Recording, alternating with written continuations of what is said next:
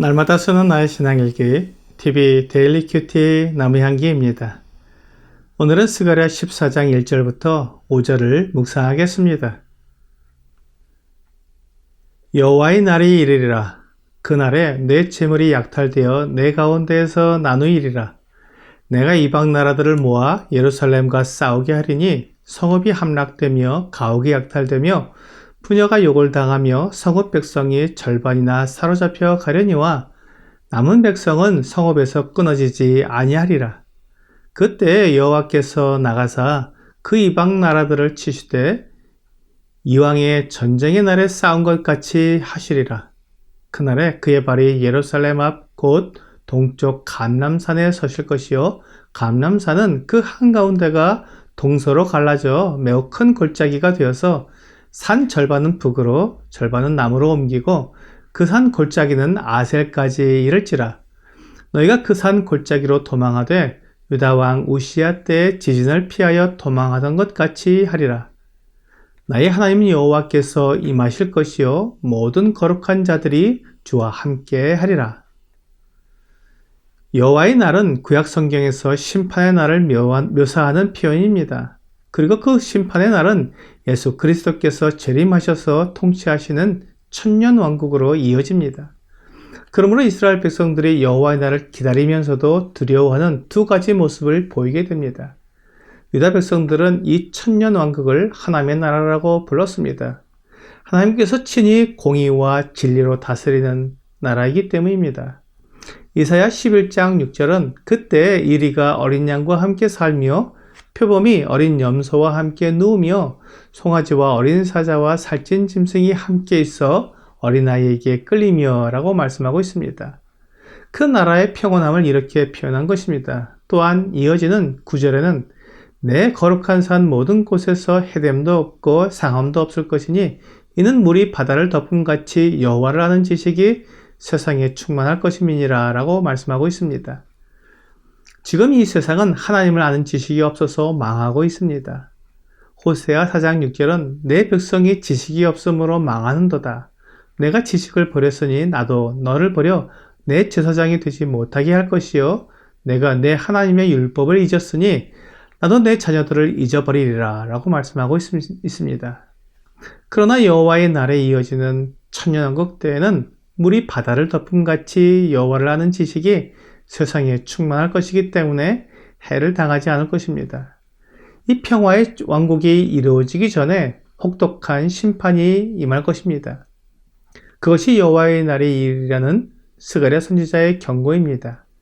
이 심판을 통해 유다의 남은 자 3분의 1이 연단을 받게 될 것입니다. 그러므로 하나님께서 친히 내가 이방 나라들을 모아 예루살렘과 싸우게 하리라고 말씀하신 것입니다. 여호와의 날은 하나님께서 사람들을 심판하시는 날이기 때문에 하나님의 완전한 계획 속에 들어있는 것입니다. 이날 예루살렘이 약탈되고 그 재물이 나누이게 될 것입니다.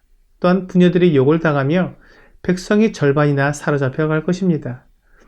이런 일을 당하게 되면 사람들의 마음에 하나님에 대한 불평과 원망이 일어나게 될 것입니다. 하나님에 대한 불신이 드러나게 되며 그들의 믿음이 어떠함을 드러내게 될 것입니다. 사람들은 평안하고 안정될 때에는 믿음의 진실함을 알아보기가 어렵습니다. 하지만 이렇게 무섭고 두려운 일이 일어나며 고난과 괴로움의 때를 지나가게 되면 모든 불순물이 제거되고 그의 믿음의 분명한 모습이 드러나게 됩니다. 어려운 때에 믿음을 지키지 못하고 하나님을 부인하며 자기 고집을 내세우고 하나님을 떠나는 사람들은 하나님의 심판을 받게 될 것이고 끝까지 하나님의 사랑을 의심하지 않고 믿음을 지키는 사람들은 하나님께서 그들을 위해 싸우실 것입니다. 본문 3절은 그때 여호와께서 나가사 그 이방 나라들을 치시되 이왕의 전쟁의 날에 싸운 것 같이 하시리라 라고 말씀하고 있습니다. 하나님께서 예루살렘을 공격하시도록 이방 나라들을 모으셨지만 그들로 유다 백성들의 믿음을 시험하시고는 그 믿음의 사람들을 보호하시기 위해 하나님께서 전쟁을 하시기 위해 나서시는 것입니다. 하나님께서 예루살렘을 공격한 이방 나라들을 다 물리치시고 믿음을 고백한 유다 백성들을 보호하신 후에 4절에서 그날에 그의 발이 예루살렘 앞 곧 동쪽 감람산에 서실 것이요 라고 말씀하신 것처럼 주 예수님께서 재림하실 것입니다. 주 예수님께서 감람산에 재림하실 때 그 산이 동서로 갈라지게 될 것입니다. 그러므로 산이 남쪽과 북쪽으로 나뉘어져서 큰 골짜기가 생기게 됩니다. 예루살렘에 남은 사람들을 이 골짜기로 피하게 만들고는 하나님께서 예루살렘을 공격하러 온 자들을 다 무찌르실 것입니다. 주님께서 재림하심으로 남은 유다 백성들에게 피난처가 되시고 안전한 보호가 될 것입니다. 심판은 끝나고 평화가 시작될 것입니다. 하나님께서는 이 날을 준비해 오셨고 결국 이와 같이 이루실 것입니다. 이 일은 앞으로 이루어질 장래의 일입니다. 아직까지도 이루어지지 않았습니다. 그러므로 이 일은 우리에게도 소망이 됩니다. 주님의 재림은 모든 믿는 자의 소망입니다. 주님의 재림이 믿는 자의 소망이 되는 것은 5절에서 나의 하나님 여호와께서 임하실 것이요 모든 거룩한 자들이 주와 함께 하리라고 말씀하고 있기 때문입니다.